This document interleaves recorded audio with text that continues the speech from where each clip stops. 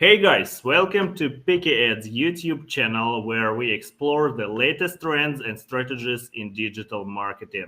Today we have a special guest, Warren Sammut, a seasoned SEO specialist, expert, and co-founder of the SEO Club podcast. Warren currently leads initiatives at Catena Media, bringing over a decade of SEO experience in the field. Warren, it's a pleasure to have you with us. Let us know a little bit more about your current position. Absolutely. It's a pleasure to be here. First of all, Vasily, thank you so much for the invite. It's a new position, yes. I've been at Catena now for around 2 months as the SEO director. It's definitely an interesting place to be in. I'm enjoying it so far. The team is great. We have great ambitions as a company as well and as an SEO department. And yes, I'm looking forward to bringing my experience as an SEO professional for 14 years, 6 of which in iGaming, uh, to Catena Media.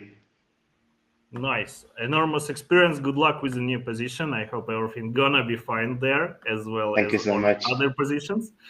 So today we're gonna discuss how to show up in AI search. It's not a secret that there are not only Google right now, which is used for searches. There are ChatGPT, DeepSeek, a lot of other apps which help you to find needed information. So the first question is gonna be about this thing.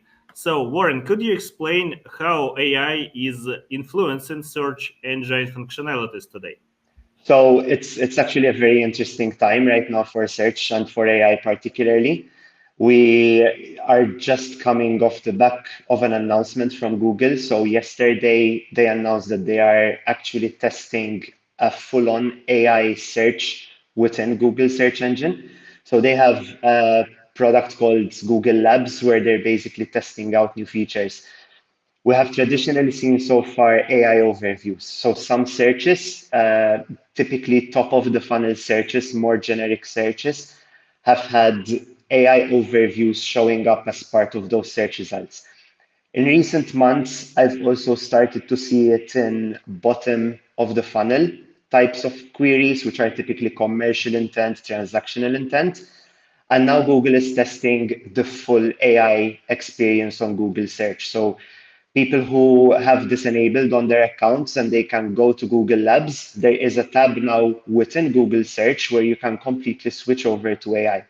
So the influence is there. AI has been coming for a long time. We've been talking about it for a year and a half, 2 years. There is a lot more competition in the AI space.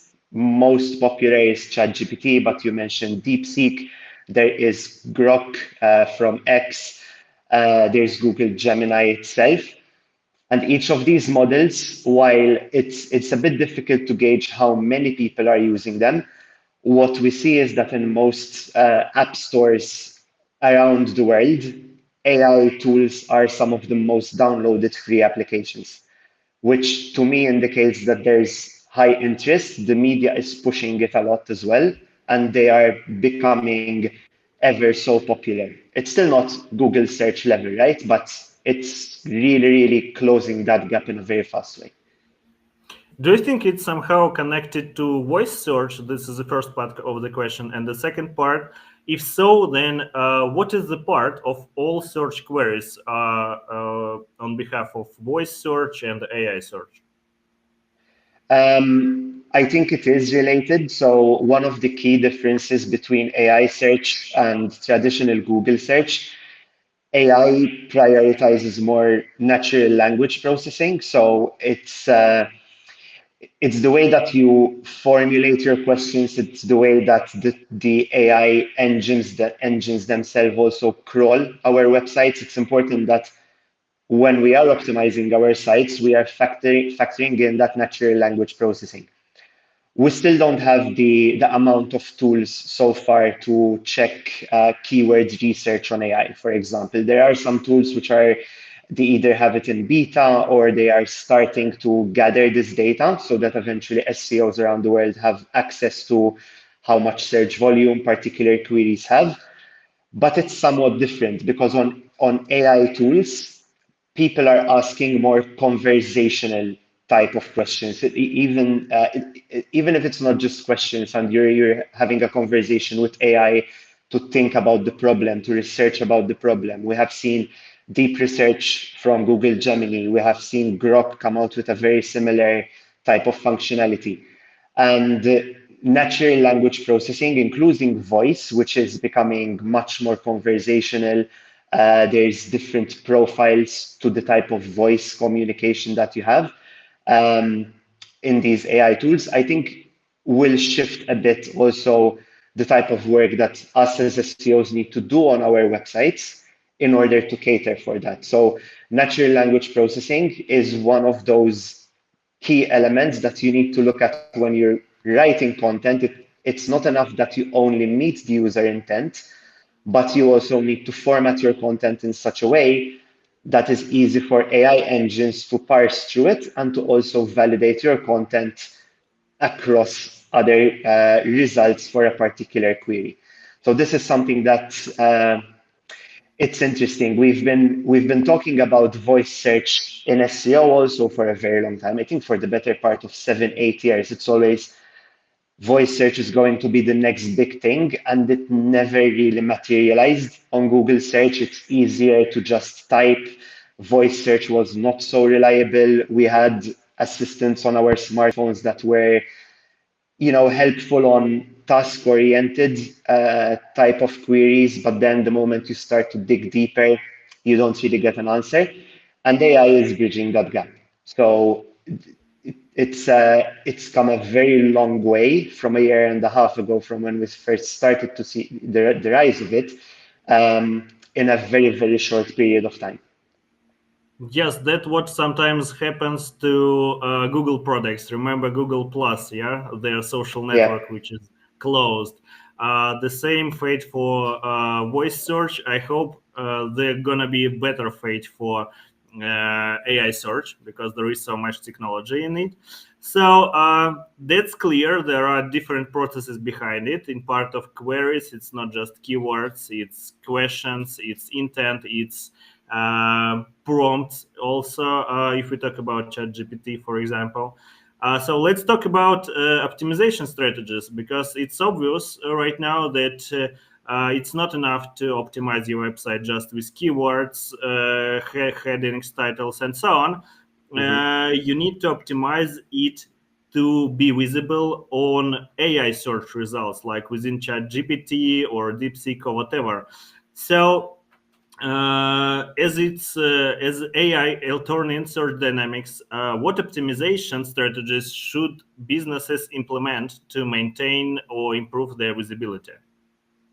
Yeah, it's quite interesting as well, because this stuff is still being formulated, right? So SEO has had 20 years of, refining what is the best SEO strategy. Things change from time to time with Google updates, but it's kind of the experience is there. With AI, all of it is brand new, but there are some things that are starting to emerge. So I think one of the key differences to understand is also how AI gathers the data. So AI models are fed information for the AI model to learn about that data. Now, these typically happen more periodically than maybe what we're used to in Google search. So in traditional Google search, you create your website, you launch your website, you request indexation of your website, you start building backlinks, and Google starts to see it relatively fast. With AI, the data ingestion to AI happens less frequently. So, for example, if I'm not mistaken, Grok, which is the X version of AI, the last proper ingestion to Grok was in December last year. So it's a bit different with how it handles the information. Unless you explicitly ask the AI software to do a search on the web, it's going to relate to that data. So what we're seeing, one of the things that we mentioned was natural language processing, the way that you're writing your content. There's a particular method as well with how you phrase sentences that is called semantic triples, with the way that you structure your sentences and where you place your keyword, where you place the action related to the keyword, and AI seems to be responding very well to this. The second thing to note as well is that AI typically generates an answer. It doesn't always cite a website. So it's trying to match the user query as close as it can. Now, in some cases, you will see the sources from where AI is getting that information. So more advanced models like the latest Grok 3, which is still in beta, but it's a very advanced model, will first go through the database of information that it has, and it will look at things like trust of a particular website. So the importance of the brand, the authority that brand has become, again, very important. In traditional SEO, this is what we would call EEAT, right? Expertise, experience, authority, and trust signals. The same principles are applying to AI. So AI still hallucinates from time to time, but what we are seeing is that it's becoming better. And one of the ways that it does this is, let's say there's a particular search for online casino. It's going to get the information from a vast array of websites to generate that information. Where it finds similarities between what the different websites are mentioning, then it's going to take an assumption that this information must be true, which is quite interesting. So Google is classifying them, typically ranking them from 1 to 10 in page 1 by the standards of which it deems is the best search result. But with AI, since it's generating the result, it's using possibly different information from all these different websites, hopefully citing them in the sources and linking directly to these sites. But it's looking for the best version of the truth, so to speak.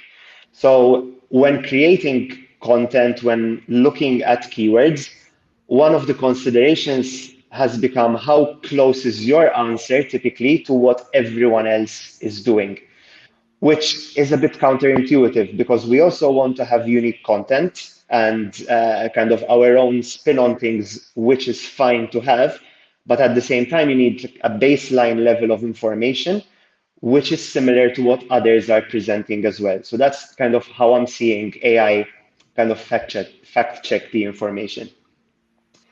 From a technical point of view, what really helps as well is schema markup. This, again, it has also helped traditional SEO, but it's going to help AI understand your data better, go through your data better, and understand context in relation to searches. So since most searches are typically very long tail, and here we're talking about typically much more long tail than what we consider in traditional SEO. So we have the generic term, which is typically 2, 3 keywords. Then we have long tail, which might be 7, 8. But if on AI people are searching and asking a full 20, 30, 40 word question and prompt, then adding that context with schema markup, that is going to help the AI software understand your site better. And we've seen Google drop FAQ results from the SERPs last year, but FAQs, for example, is one of those things which is providing context to AI for a better chance of your website being sourced as a piece of information. And again, FAQs and content that is marked up with schema, written in a way which is natural language, so as close to as humans how would speak as possible. Another thing which is very important is content freshness. So I mentioned that the data ingestion is very periodic.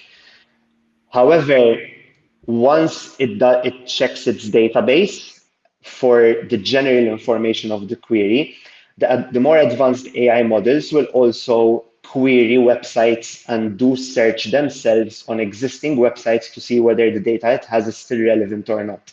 So if I search today in March, I'm not necessarily going to get data from December, even though that was the last ingestion. The AI in real time is going to search whether that information that it has is still up to date, and it's going to update it. And what I'm noticing is that websites that are consistently updating their content, double checking their information, verifying it for for trust signals, for authority signals, those are showing up more in AI search results. So content freshness has become a very, very important factor for AI. And traditionally in SEO, it was important, but we typically reserve it to news, reserve it to like a blog section to develop ongoing content, and then we have the evergreen pages. Now, the evergreen pages, we're seeing that it's also important to keep those updated and with the most relevant information possible. Um, Other things that we typically have in SEO are still also relevant. So AI does check for things like user experience, for site speed. Now, it's interesting because these companies are saying it's good for the user, focus on user experience, focus on site speed. But what we need to consider is for these AI tools, it costs a lot of money to scrape websites and to gather this information. So the more lean your website is, the faster your website is, the easier of a time these tools are going to have to actually crawl your content. So having a fast website, particularly if you are consistently updating your pages with new information, is going to give you a better chance that your website is going to be that AI is going to have the latest information from your website if it's going to crawl it more frequently. Um, and I would say one of the last elements as well is, which we're also seeing in Google search since the helpful content update, we've seen bigger publishers, bigger websites being stronger on the web. It's the brand itself. So how reputable you are as an organization in relation to the queries that people are asking you. Can AI rely on your company and the information that you're providing on your website in order to provide the result? So the biggest complaint people have had with AI is, can I trust the information that it's giving me? So they want to quickly bridge this gap in order for the information that they provide for it to be as truthful as possible. And one of those checks is checking things like brand reputation.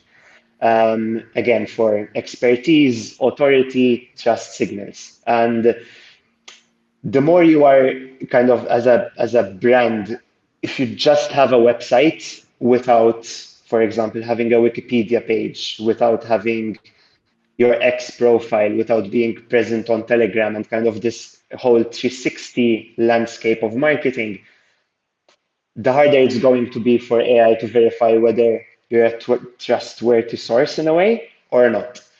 Um, and again, that's also why it's double checking a variety of websites when it's citing those sources, because it wants to make sure that your information is fresh and it's actually accurate. So I wouldn't say the game is completely changed from traditional SEO. I think it's become a bit more nuanced where you cannot just rely on updating the content once a month or once every 2 months, even if you have evergreen pages, because from what I see, AI is really prioritizing freshness, giving you, for example, in affiliate spaces, do you have the latest offer always updated? Because if you still have, last month's offer, then it's unlikely that your result is going to show up when competitors actually have the latest offer. And you see this in affiliates, like a number of the top affiliates, their websites, their evergreen pages are updated at a very frequent rate, at a much more frequent rate. The last thing I would mention as well when it comes to trust signals, which is also something that Google considers. For example, when you have authors who are writing content on your website. So those are typically, they have their own entities. Let's say you have a particular writer within the casino space that is renowned for providing good information. So that writer has a LinkedIn profile. They have their own Wikipedia page. They have a number of publications, and AI will factor that in as well, saying, okay, so this brand has this writer, which is reputable. So I can probably trust them to provide the information and share them as a source on my platform. Awesome. Thank you for such an awesome and massive insight about key optimization strategies for AI. As you told, to be honest, there is not like 100% of new information. All classic methods are still here on the table: good download speed, optimization, content value, and so on. Still, I have some questions about Of course. this part of your speech. Um, for our audience, it's a good advice to keep in mind this hint. Ask any AI you use for search and collecting information to make a fresh research to get actual data. As Warren mentioned, it's not updated on a daily basis. So to get fresh data, you need to make this request. And one more thing about hallucinations, that's what I confirm also.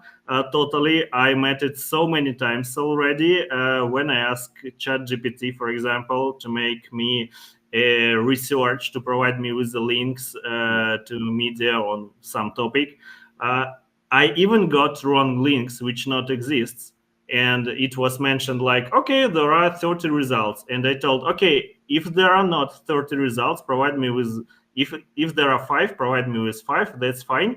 Don't mention all. And it's told, okay, and there are 30 results. Okay, again, I told this ChatGPT why I line, provide me with a good result. And again, these 30 links, which I combined from nothing. So keep in mind that, yeah, hallucinations are in place. And if you are not sure in the result, you need to check it with traditional search queries. One more thing about text structure. You mentioned schema.org, which is here on the table. I totally agree with it. The hint with FAQ is also important. But are there any other tools which can help to understand and maybe to copy human queries, which can be implemented for those AI strategies? Do you know any of them? In terms of tools, there are some of the most popular CI tools are starting to integrate some AI function within their tools. It's still at a relatively basic level. So for now, for example, similar to how they would notify you if you have a rich snippet on Google search, if your website appears on news, they will also now notify you whether you're showing up for a particular keyword in AI overviews. In terms of keyword research and to understand what people are searching, I haven't seen so far. There are some tools that are in beta stage or they are about to launch these tools. But I think the existing tools can also do a bit of a good job at this. So what we need to understand as well, similar to how we have been understanding it in SEO and splitting the keywords that we have by intent. So are people searching an informational type of query? Are they searching a commercial type of query? With AI, most of those searches are typically question-based queries. So when doing keyword research, the importance of focusing on those long tails is now even more pronounced. So we used to typically have long tails in order for them to push the main query, which is typically a bit more competitive, and there are less searches on the long tails. However, with AI, most of those searches are typically very long tail queries. So if you can actually do a very detailed keyword research, understand if you're an expert in a particular topic, what are all the questions that people are typically going to ask, and try to create them in a natural way that people would typically ask them over a voice search or over a conversational type of query, and answer them in that way using proper optimization.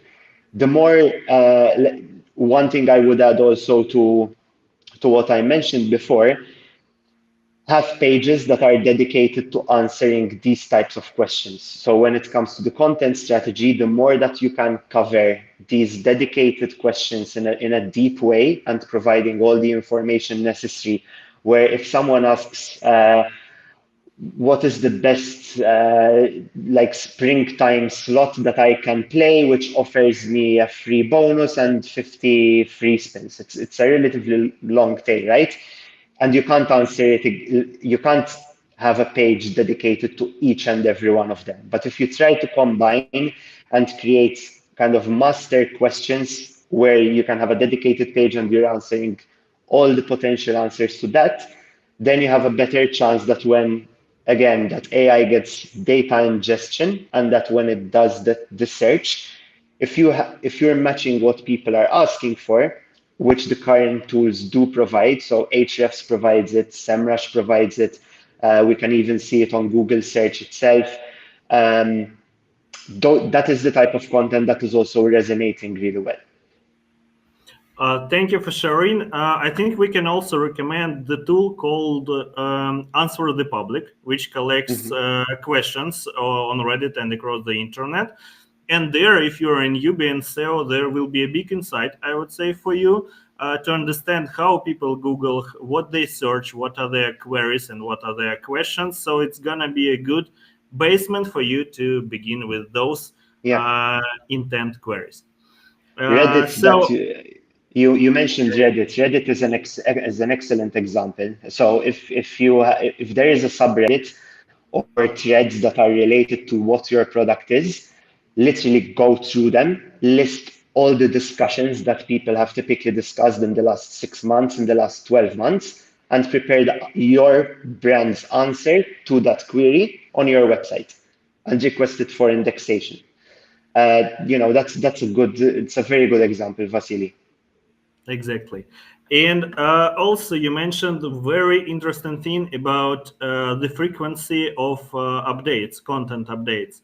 Um, Based on my experience, like 1 or 2 years ago, it was enough to update your most traffic articles or content or reviews, whatever, at least once per 2 months. And now you mentioned that maybe even one time per month is not enough.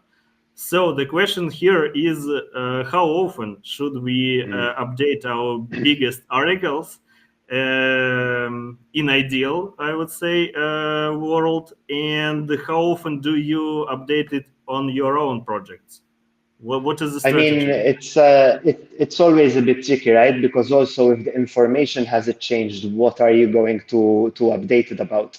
What I've seen companies do is typically, I mean, this was also an SEO technique back then, which doesn't really work as much anymore. But they would, for example, just update the publish date. I wouldn't recommend going with that approach. So you actually have exactly the same things. But I would look at that content. We are, in any case, doing ongoing content optimization on the key pages that we have on our websites, right? And see whether you can structure them a bit better, understand what gaps does your content have today, which you can actually improve on with the intent to help customers across the user journey. So if it's an informational page, is there any new piece of information or can you present information in a different way using multimedia, for example, using an audio version of your page, using a video summary of your page?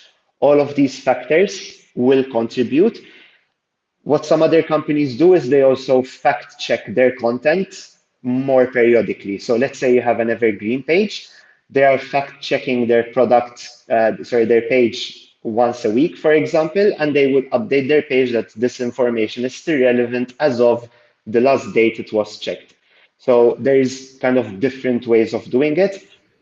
Additionally, as I mentioned, creating that new content answering more of your long tail queries related to your industry will help with it will help with the expertise of your brand. It will help keep content fresh. We can then use internal linking to support these pages as well, which will also allow these bots and these crawlers to discover this new content. So it's not going to take one page in isolation, but it's also going to look at all the pages that are connected to it. I don't think there is a magic number, right?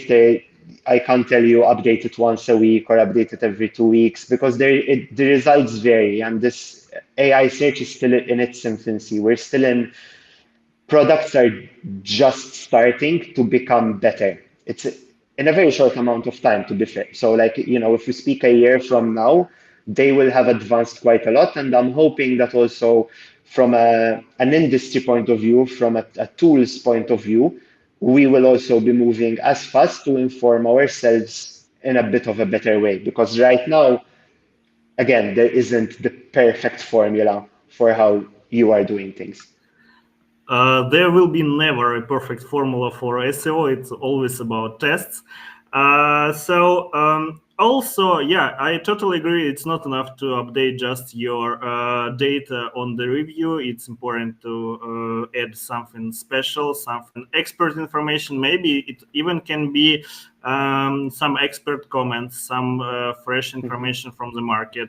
So search for it, or at least find an expert at the comment that will be a way, potential way also. And one more thing which you mentioned several times is Wikipedia. I know it's not so easy to get a page there for a company or even for a person. So maybe you can share a hint or any requirements what a company or person should get to get a page on Wikipedia. Do you have any way how to do it? I mean, it is a bit tricky. Typically, Wikipedia is very strict. If it notices that the company itself is creating its own page, you will very, very quickly have that account banned and probably the page frozen as well. There are suppliers, there are professionals who have aged Wikipedia accounts who are doing consistent updates on Wikipedia, not only in one industry, but on multiple. So my recommendation would be to go through people who have done Wikipedia editing for a number of years, who have a good standing within the Wikipedia community. It was just one example, right? But the key point to that, it's not only about Wikipedia, but having your brand being mentioned on other sites that matter. Trustpilot, for example, review websites, these types of user-generated platforms, Reddit, which is the one that you mentioned. The more you are spread out where your audience typically engages and discusses your topics, the better chance you have to build trust and authority to your brand. I think ultimately, again, it goes down to where is your customer, where are they talking about you, and making sure that you are there to also be part of that conversation. Exactly. So one more thing you mentioned is social media accounts for authors. It's because of EAT algorithms of Google. For sure, it's important not just to create an author page, but it's gonna be a recognizable expert in the industry. It is the best approach. But is it only about the author nowadays, or what I see from latest trends that affiliate websites also are focused on social networks activities? They create pages on Facebook, on Instagram, in Telegram, and so on. And I see a little switch. Recently, they created it only just to have it, just for fun, I would say. And now I see companies create campaigns, create strategies about social media marketing. Is it a new thing? And if so, how it affects the whole process and AI search exactly? I think social media has become very closely embedded to what we do in SEO. My approach to it is platforms like TikTok, platforms like Reddit, they are another search engine. They do have a search box, and there's a number of searches that happen on them. But I would also go a step back. So, for example, if you have Grok, which is X's AI, it's coming off a social media platform. So Grok is very good at looking through Twitter and what people are discussing. I'm calling it Twitter now. It's like an old habit, right?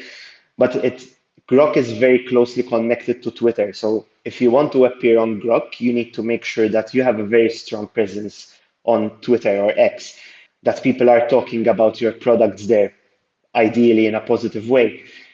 And the reason this has become very important is again the trust of the brand. So imagine if you have a brand that only has a website. You go to the footer or to the header, and you see that they don't have a Facebook, they don't have an X page, they don't have their own Telegram.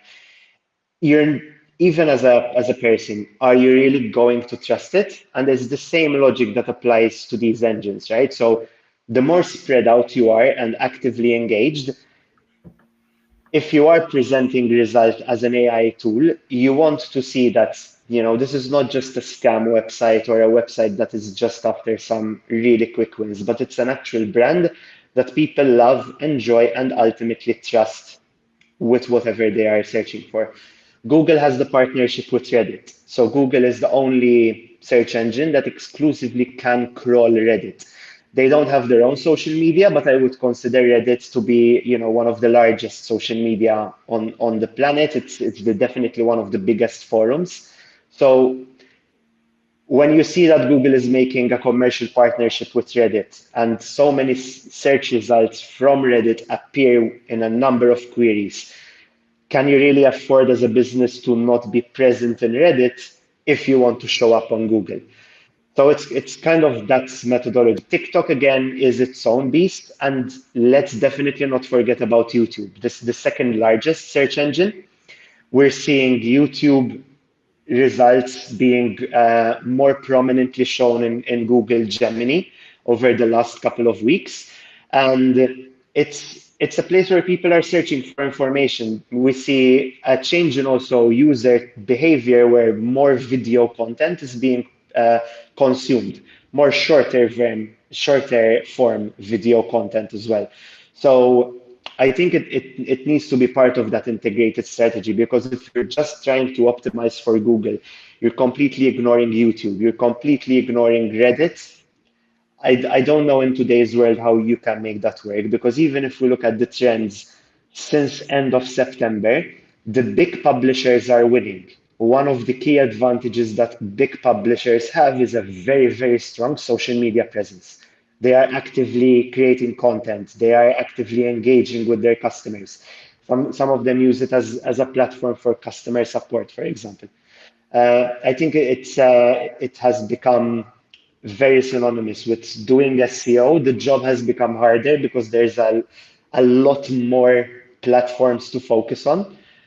But if you want to evolve and you want to win in 2025 and beyond, this needs to be on your radar for sure.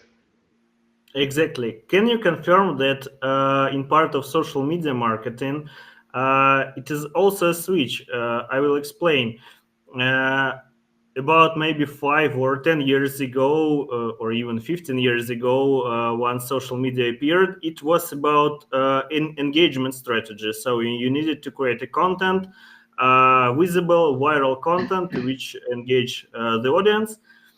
And nowadays, this thing is also on the table, but there is a new thing, from what I know, that SEO approaches and SEO tactics also on the table. What I mean, when you create your social media content, you need to pay attention on keywords, on titles, on meta tags.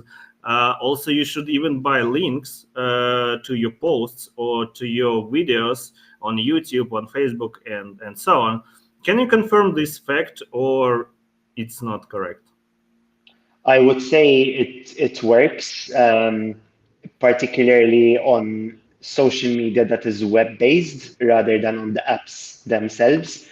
They are still websites, right, at the end of the day. So any technique that you use on SEO is also going to work on a standard website. We even see it in Parasite SEO. So right now, YouTube is still being quite pushed from people who are doing Parasite SEO. And if you look at the description of those videos, they are typically very long descriptions. They are highly optimized, and they are sending engagement signals. So I would say engagement is becoming actually more important, predominantly from what we've seen with how TikTok measures and rewards engagement. For example, a person who watches the full video is going to be very valuable to that particular TikTok channel. And that's why also there's like kind of the shorter the video, the more chance you have of someone actually watching all of it and for your video to be shared across. What, for example, TikTok does is if you upload a video, it typically will go to around 300 people. And based on mostly engagement metrics, it's going to determine whether to share it to upper brackets of people that can see your video. So I would say SEO strategies do work, but engagement in social media, I think, is still key. Yeah, can totally agree with it. And you mentioned that Grok is connected to Twitter results, to Twitter profiles. And here is the question: what is the difference between those search engines, AI search engines? For example, we have on the table Google AI, ChatGPT, DeepSeek, Grok. What is the difference on the back end?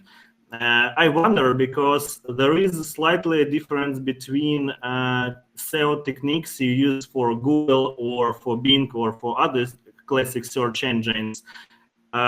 Is it the same about those new AI search engines?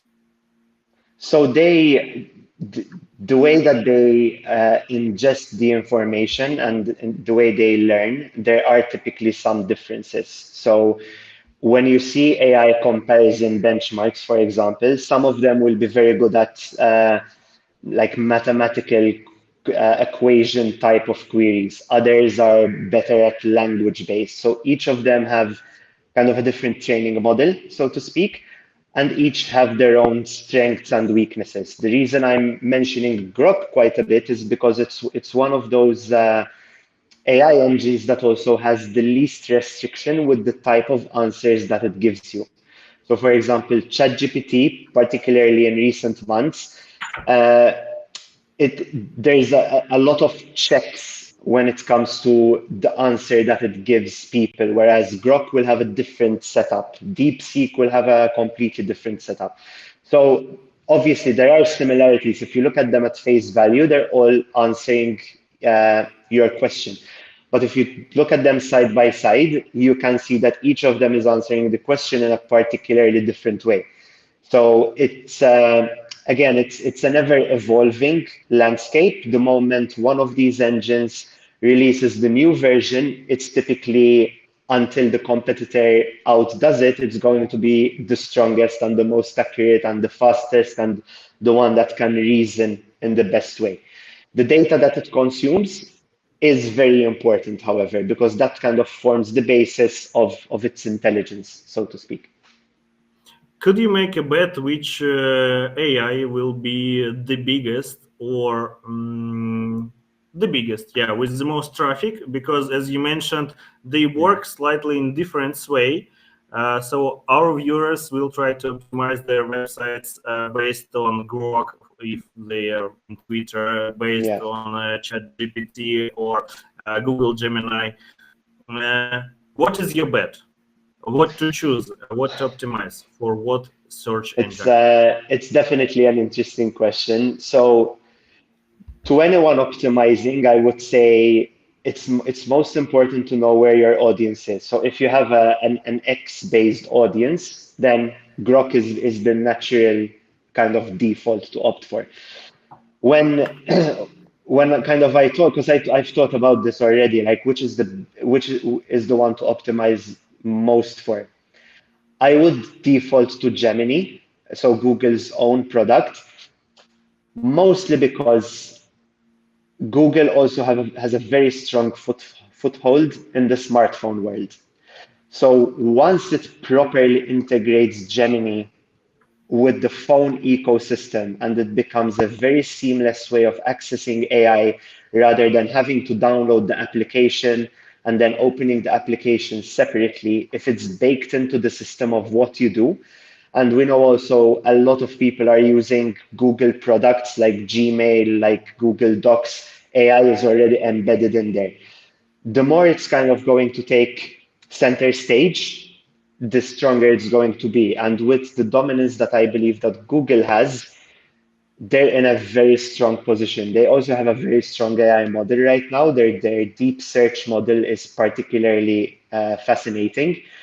I think they're in a very good position. So Obviously, I don't know. It's going to depend on who does it best, right? But Google have a very unique advantage because a lot of people have Google-related phones in their pockets. Yes, if you ask me, I also bet on Google because it's the biggest search engine and I mostly work with it.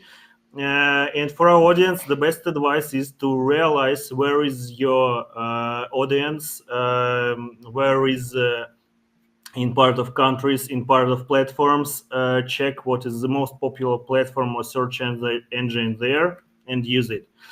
And if we talk about the amount of traffic which is generated by AI search, how to measure it in your Google Analytics or whatever? Is it possible to measure it nowadays? And if so, what is the part of AI search usually are on the products?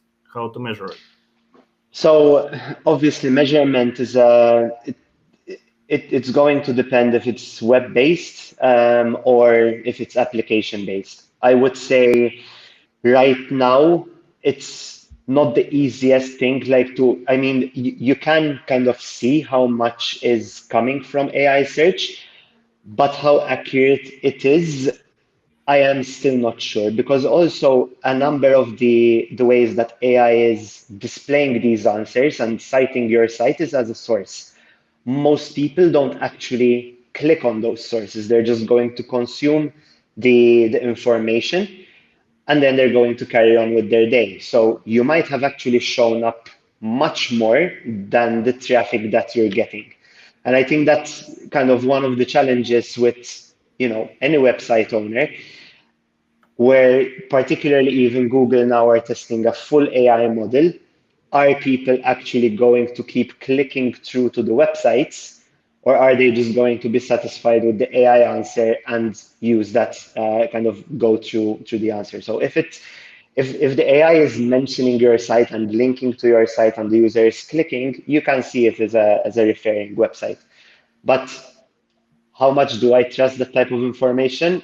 I'm not quite sure. I'm also not a big fan of the new Google Analytics 4, as probably most of the SEOs are not as well. So uh, we'll have to still see more tools get developed. We get an idea of how much people use AI by the download values in the respective Play stores and App Store, but it's not that easy to measure how impactful showing up in AI is to your business yet, in my view.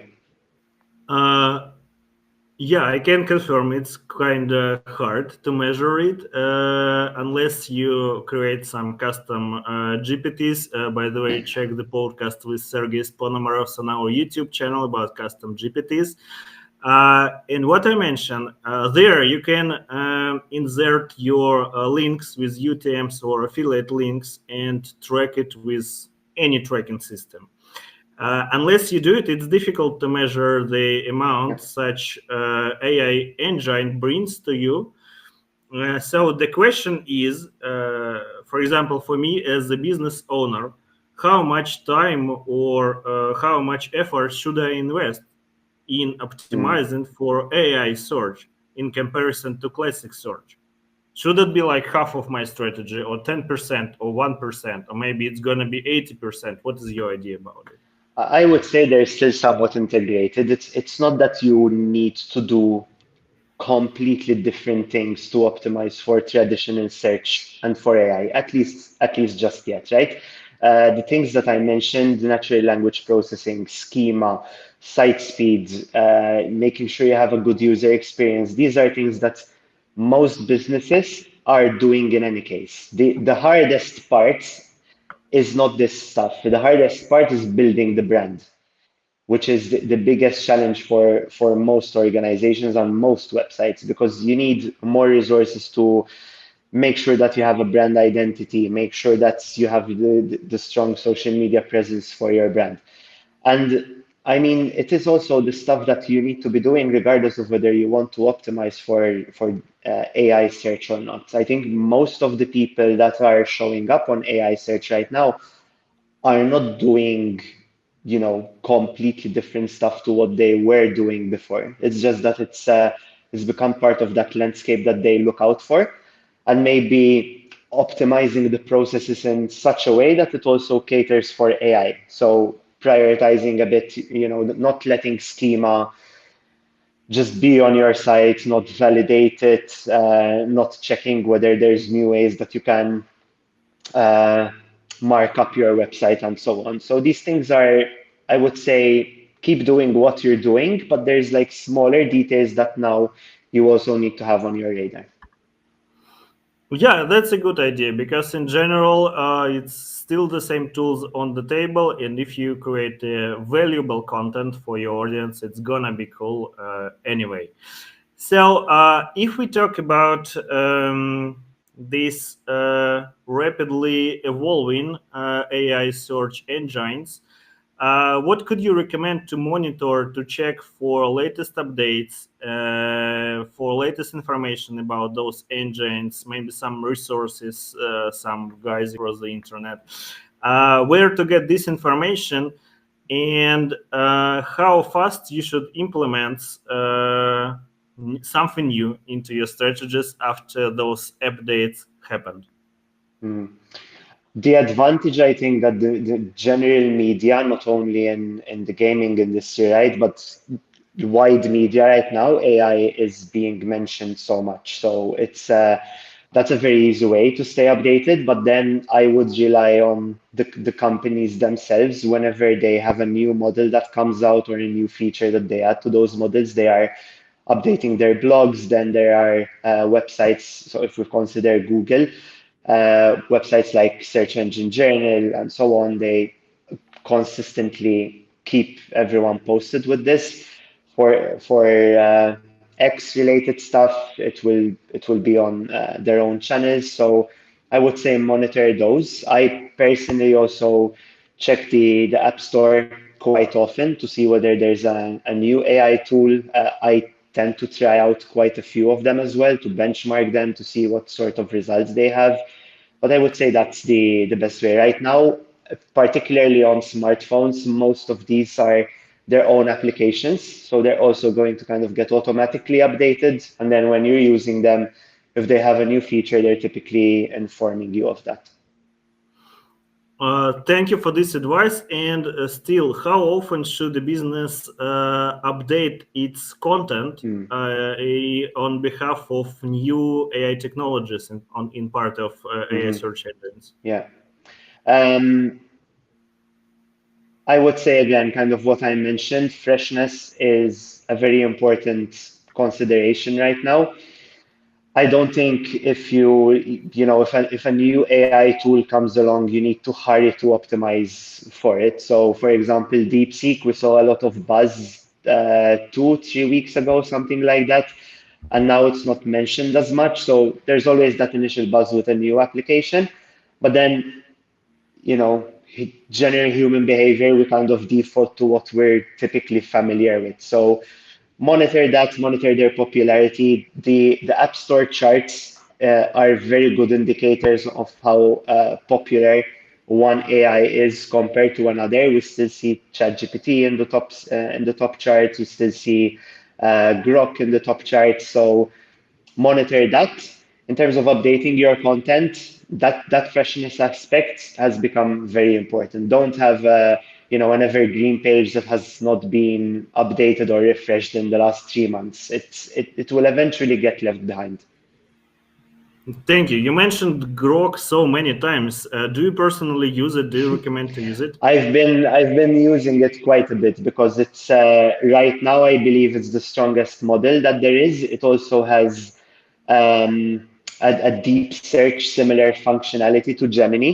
The reason I'm mentioning it is because I've only started using it recently. So Gemini I have been using for a while, ChatGPT I have been using for a while, and some of the results I see from Grok, even to do basic things, I find it's providing better answers generally than other ones. This is right now, right? So very beginning of March. If we talk in another month, it might be a completely different landscape. Sure thing. It's always evolving. Warren, thank you so much for sharing your insights on optimizing visibility in the AI driven search landscape. This is clearly a fast-moving space, and staying ahead means continuous learning and adaptability.